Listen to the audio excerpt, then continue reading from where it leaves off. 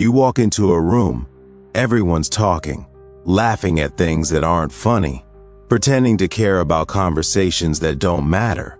And you feel it immediately. That pressure, that weight in your chest, the voice in your head saying you don't belong here. You've been told you're socially awkward. Maybe you've even told yourself that. But what if that's not what's happening at all? What if the problem isn't you? What if you're not broken? You're just built differently. Carl Jung spent his life studying the human psyche, and buried in his work is a truth most people never discover. A truth that changes everything about how you see yourself. You're not socially awkward. You're selectively authentic. And once you understand what that means, you'll never apologize for who you are again. Let's start with what they don't tell you. Society runs on masks. Jung called it the persona, the face you show the world, the version of yourself you've been trained to perform. Most people wear their persona so long they forget it's even there. They become the mask. They laugh when they're supposed to laugh, agree when they're supposed to agree, show interest in things that bore them to death. And they call this normal. They call this social success. But you can't do it, not because you're incapable, but because something inside you rejects it. You've tried. God knows you've tried.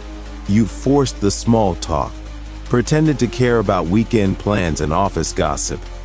But it feels like wearing shoes 2 sizes too small, painful, exhausting, wrong. And here's what Jung understood that most people don't: that discomfort you feel. It's not a flaw, it's a signal. Your psyche is telling you something. It's saying, this isn't real, this isn't me, this isn't worth my energy. Most people interpret that signal as anxiety, as social incompetence, as something to fix. But Jung saw it differently. He believed some people are wired to prioritize depth over breadth, meaning over performance, authenticity over acceptance.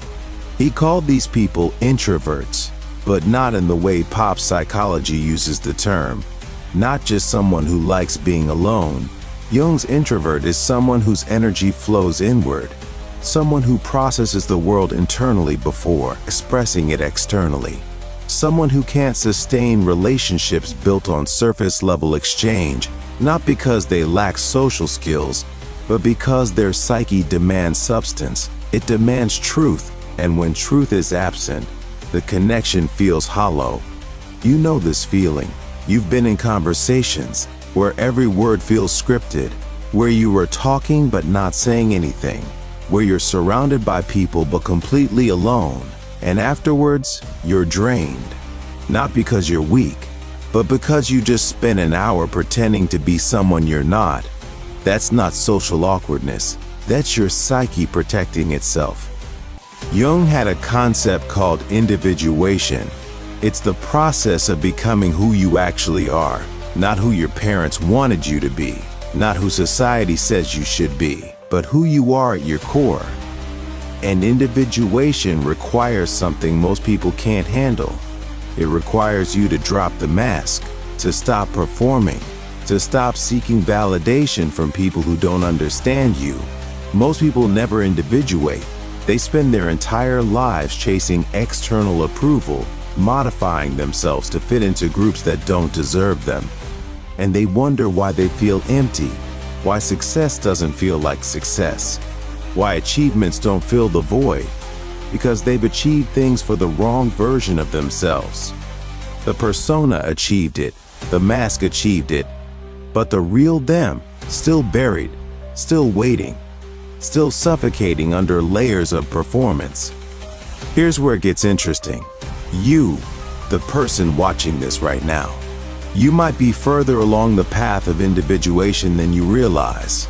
That social awkwardness you feel, it's not regression, it's progression.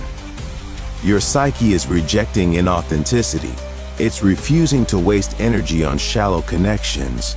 It's demanding something real, and in a world built on pretense, that makes you an outsider. But Jung would tell you this: the outsider is closer to the self than the conformist will ever be. The self in Jungian psychology is your true nature, the totality of who you are, not the edited version, not the socially acceptable version, the real version. And accessing the self requires solitude. It requires withdrawal from the noise. It requires saying no to invitations that drain you. It requires disappointing people who only like the mask anyway. Most people call this antisocial. Jung called it essential. Let me tell you what selective authenticity actually means. It means you don't waste your depth on shallow waters. It means you'd rather have one real conversation than 100 meaningless ones. It means you're not interested in being liked by everyone, only understood by the right ones. And here's the part that will change how you see every social interaction for the rest of your life. The people who call you awkward, they're threatened by you. Not because you're doing anything wrong, but because your presence exposes their performance. When you refuse to play the game, you remind them that it is a game. When you won't laugh at jokes that aren't funny, you remind them they're laughing at nothing.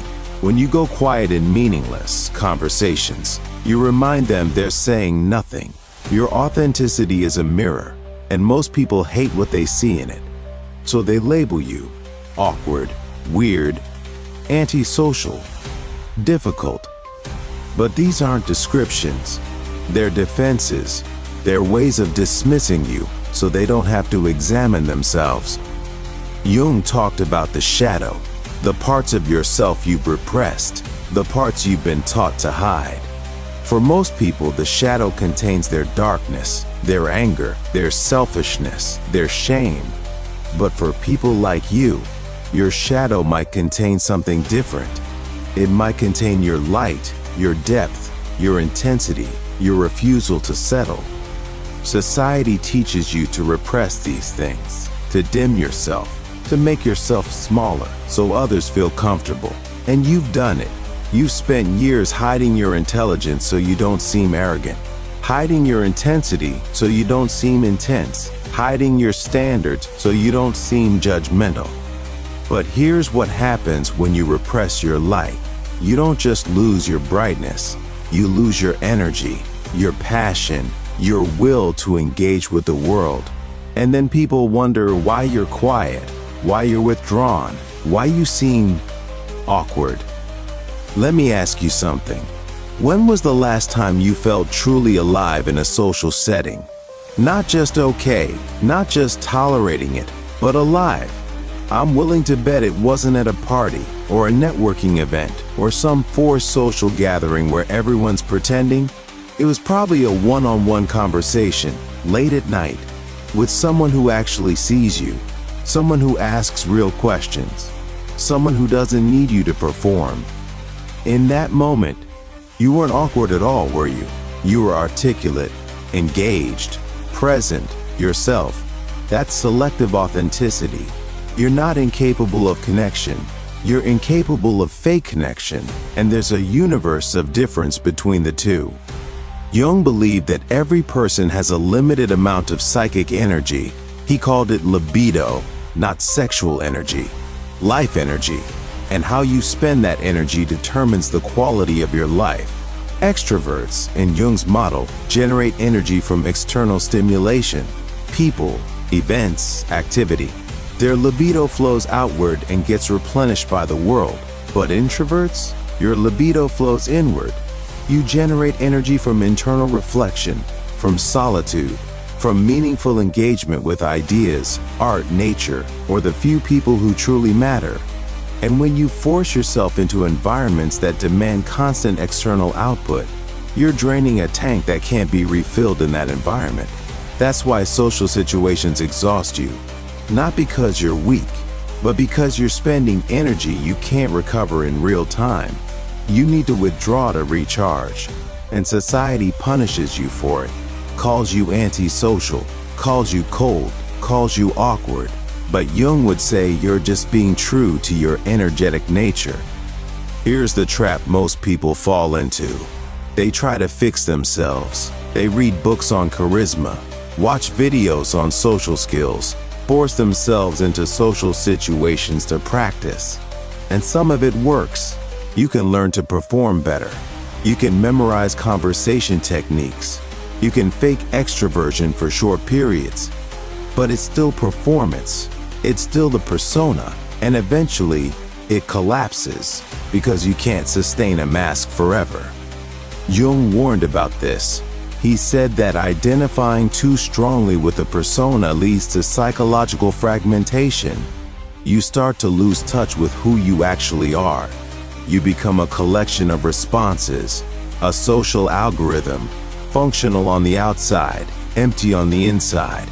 And then one day you wake up and realize you've spent years becoming someone you don't even like. So what's the alternative? Do you just give up on society? Become a hermit? No. Jung's answer was more nuanced. He believed in integration, not rejection. You don't destroy the persona.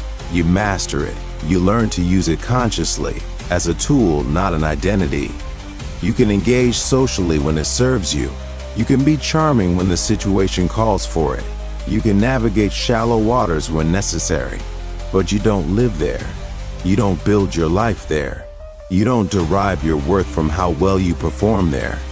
You become what Jung called the individuated person, someone who can move between worlds, the external and the internal, the social and the solitary, the mask and the self, but always with awareness, always knowing which is which.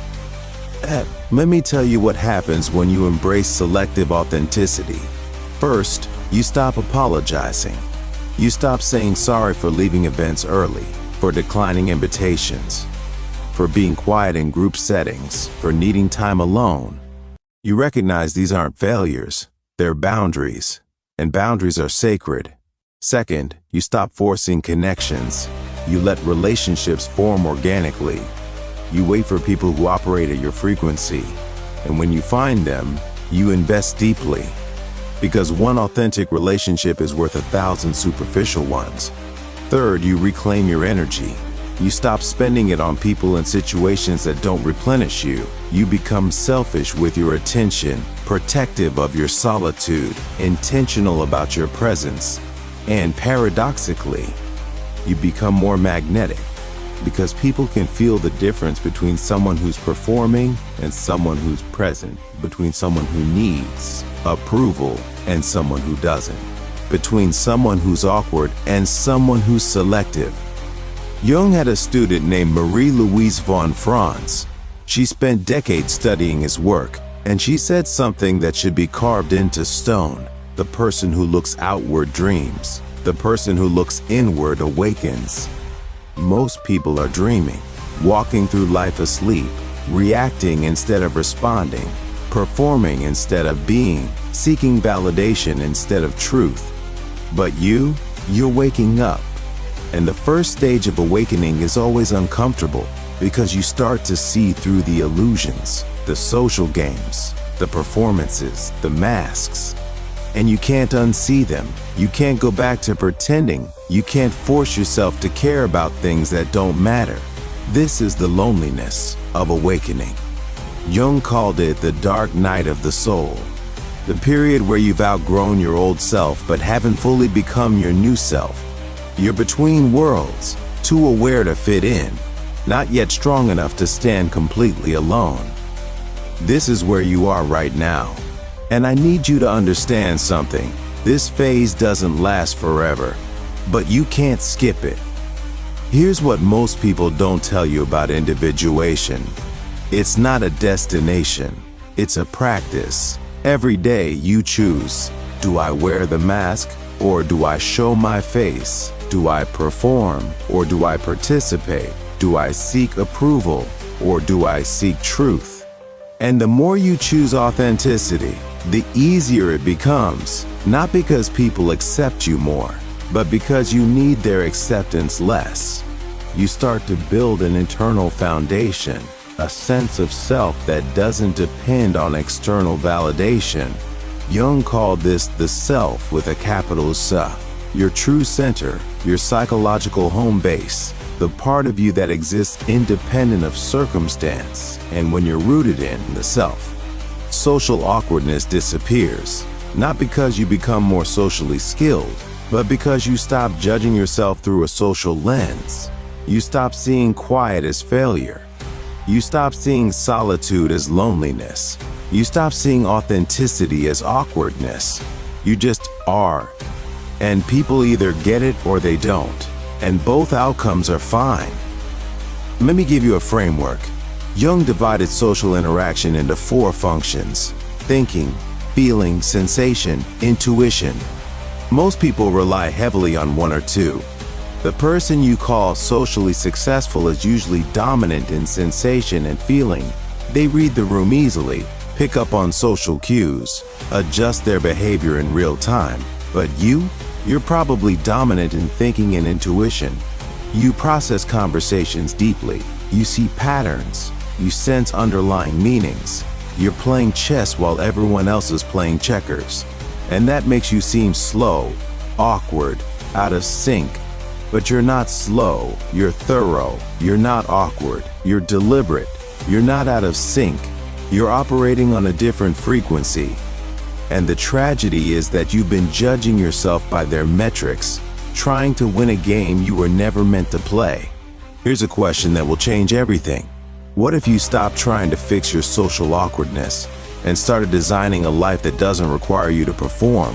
What if you chose work that allows for depth over breadth, relationships that prioritize quality over quantity, environments that reward authenticity over performance?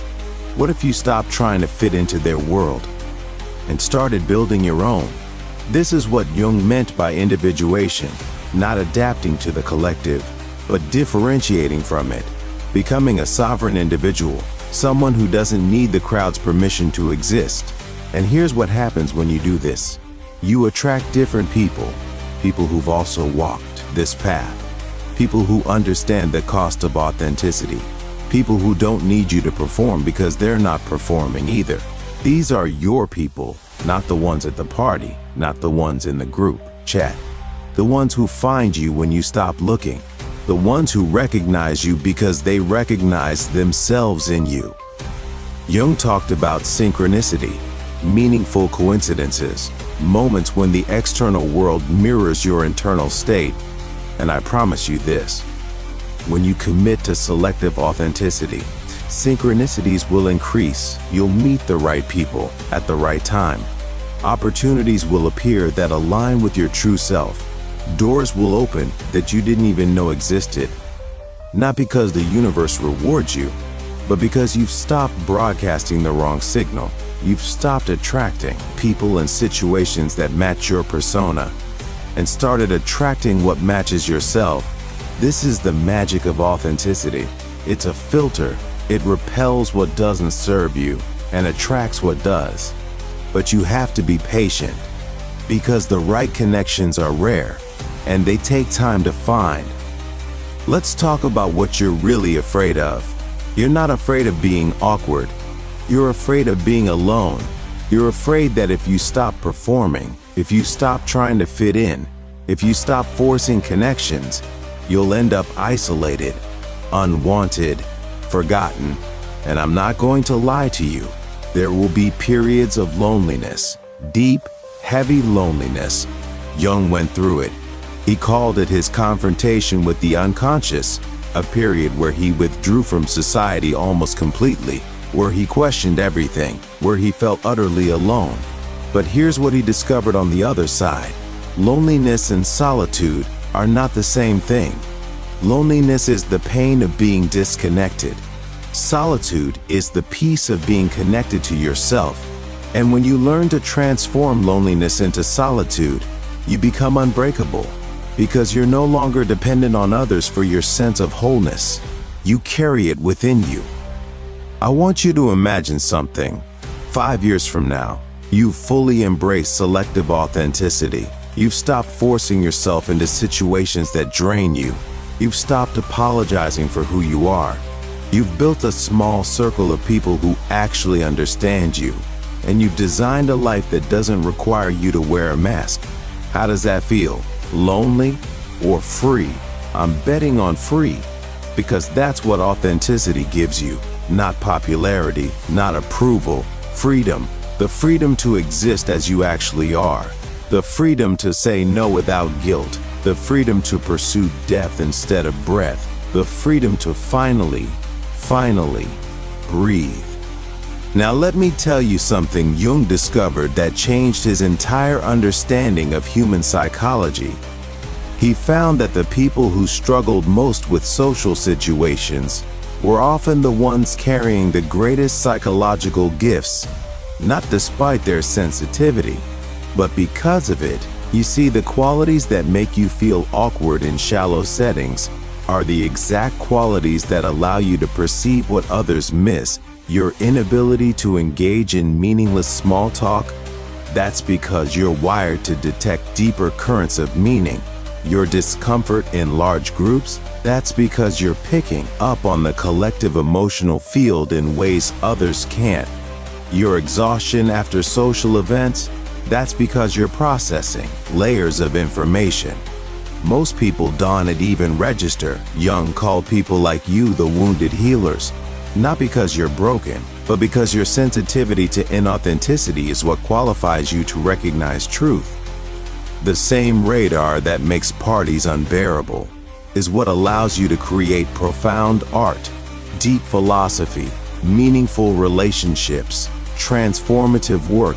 You're not malfunctioning, you're calibrated differently. And the world desperately needs what you're calibrated to detect. Think about the people throughout history who've changed the world.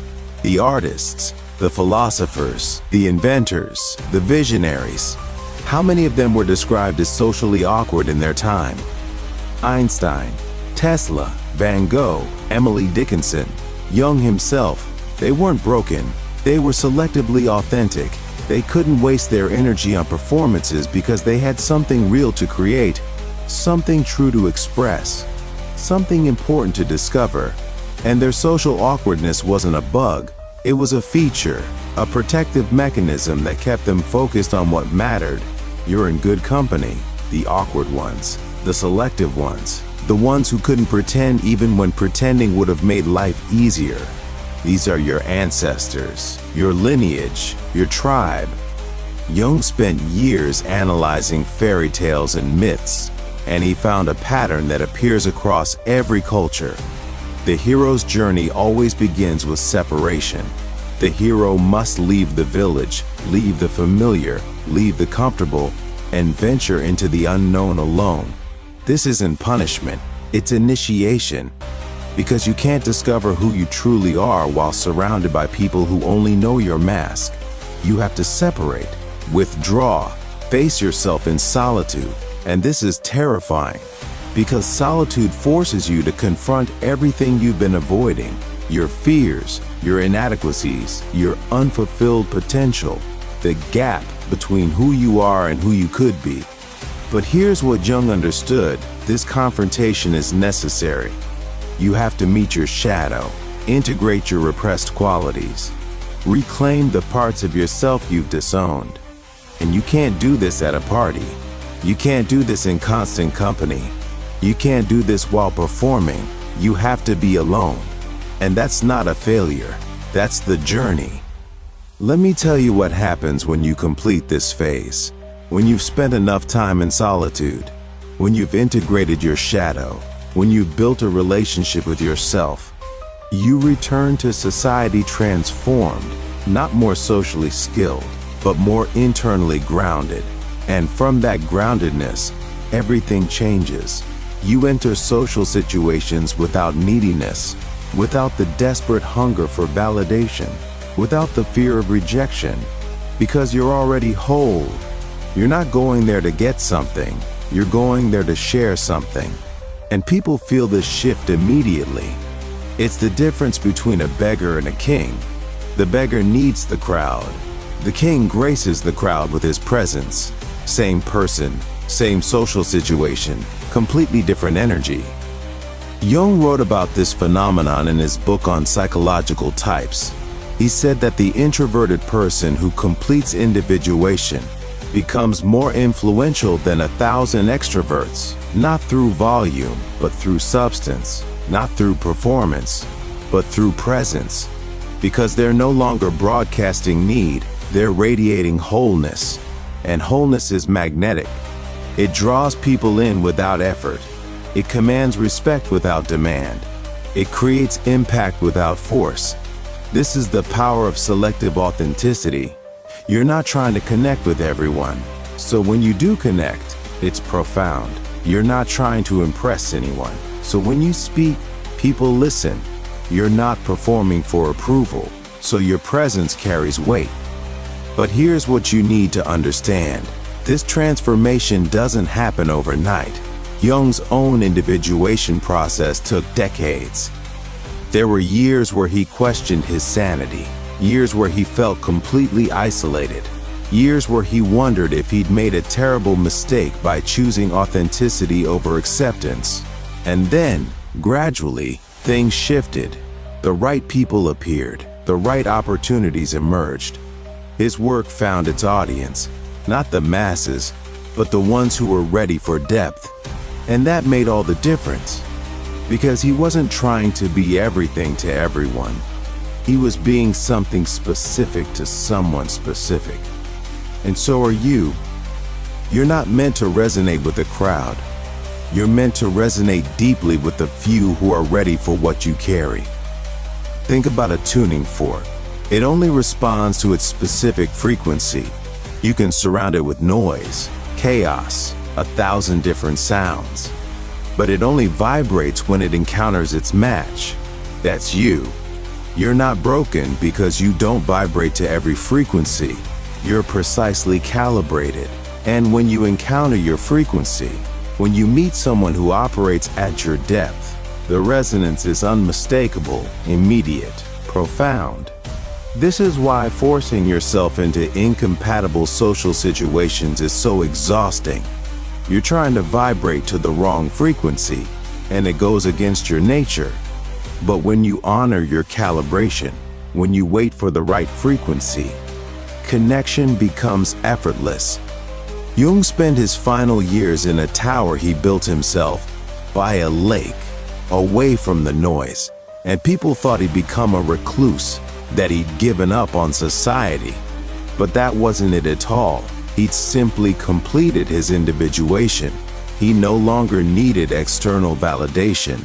He'd found what he was looking for, not out there, in here.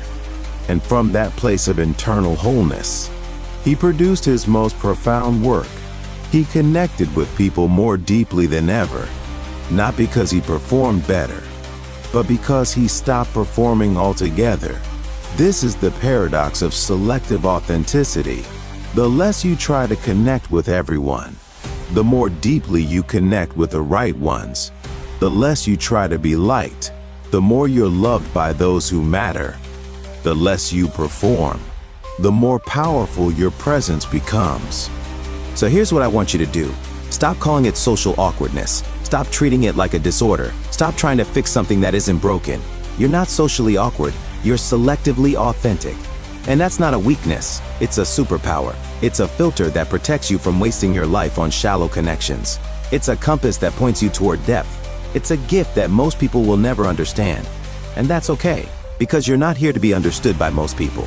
You're here to find the few who speak your language, to build the life that honors your nature, to become who you actually are, not who they want you to be. This is your path. Jung walked it. Every individuated person in history has walked it. And now it's your turn. So stop apologizing, stop hiding, stop shrinking yourself to fit into spaces that were never meant for you. You're not awkward.